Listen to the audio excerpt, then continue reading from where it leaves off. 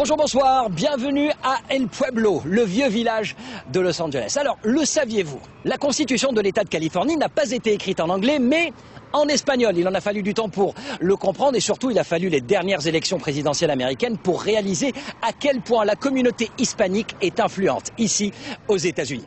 À l'occasion du mois hispanique, justement, nous vous proposons un spécial latino à Hollywood. La fiesta du mois s'appelle Alma, c'est le nom qu'on donne aux prix remis aux latinos qui se sont distingués cette année. Nous y serons dans un instant avec les têtes les plus connues de la nébuleuse hollywoodienne. Bonsoir. Ça va? Ça va bien, ça va. Salma Hayek aura droit à son focus. Productrice d'un feuilleton à succès, actrice dans une comédie à succès, Salma la Mexicaine prouve que l'intégration des étrangers à Hollywood est possible. Nous vous proposerons un sujet politique. Retour sur la campagne de Barack Obama en Californie. Sa main tendue vers la communauté hispanique lui a donné les votes nécessaires pour gagner les élections présidentielles. Et les latinos hollywoodiens y sont pour beaucoup.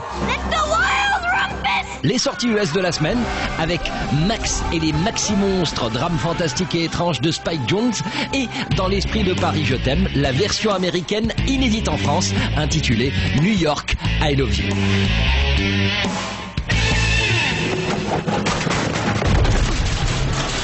Au cinéma et à la télévision, ils sont généralement dealers de cam, gangsters ou femmes de ménage. Est-ce que ça change? Nous nous intéresserons à l'évolution du cliché latino à Hollywood. They call me Quicks, man. Quicks. Quick. Not quick enough.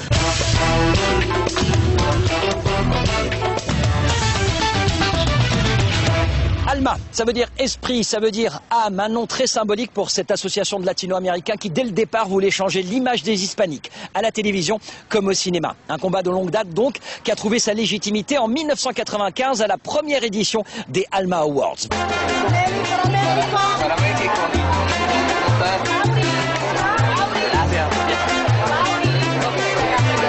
The Almas had went away for so many years, and you felt the void of this space that wasn't around anymore, that we could celebrate and have a night and really honor the people who made positive contributions in entertainment. And so the first year was probably the hardest, and then with the momentum that we've been getting this year was amazingly not easy to book, but also we had so many people to choose from because there was more people working in the industry that are Latino. In this room, we've got Mexicans, we've got Puerto Ricans, we've got Dominicans, we got Cubans, we have everybody. If Lou Dobbs tunes in, he's going to want to build a wall around this theater. I'm really proud to have any part of it, producing it, hosting it, calling half these people to be here, and I'm proud. I'm really proud. And like I said, a lot of the people we're honoring tonight are not Latino stars. They're stars of the world. La star mondiale de la soirée, Salma Hayek, qui recevra le Alma le plus prestigieux, le Anthony Quinn Awards. Oh, très bien, merci. Mais avant de la retrouver sur scène...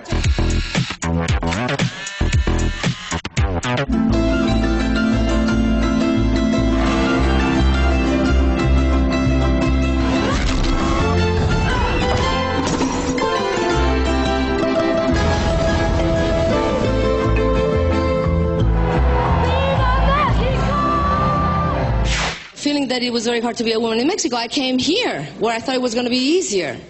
And then I realized that being a woman that wants to be an actress that is Mexican and Arab, because I'm half Lebanese, it's not easy at all in the United States.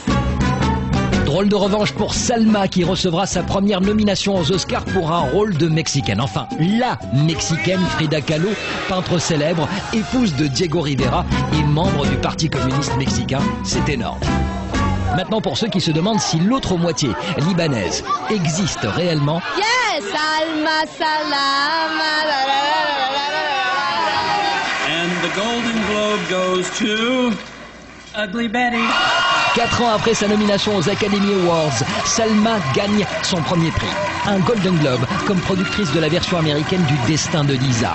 Ugly Betty fait donc son entrée dans le club très fermé des séries qui ont pour héros des latinos et confirme sa notoriété avec un deuxième Golden Globe. La même soirée pour America Ferrera. America Ferrera, Ugly Betty.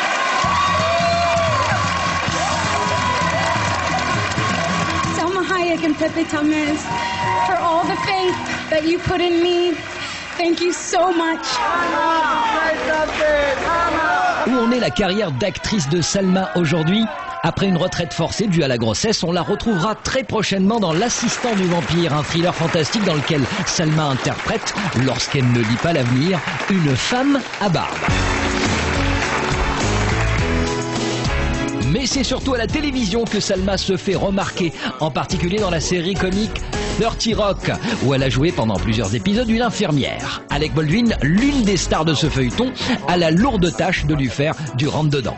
It's something a little crazy, and I said, okay, it's a little scary, but I go, okay, let's do it. And at the same time, I'm producing, and I'm an activist for some other things, and I just acted in a movie, and I'm putting together another one, and I'm a mother, and you know, my life is full with many different things, and I am grateful that I still get to try new things and surprise.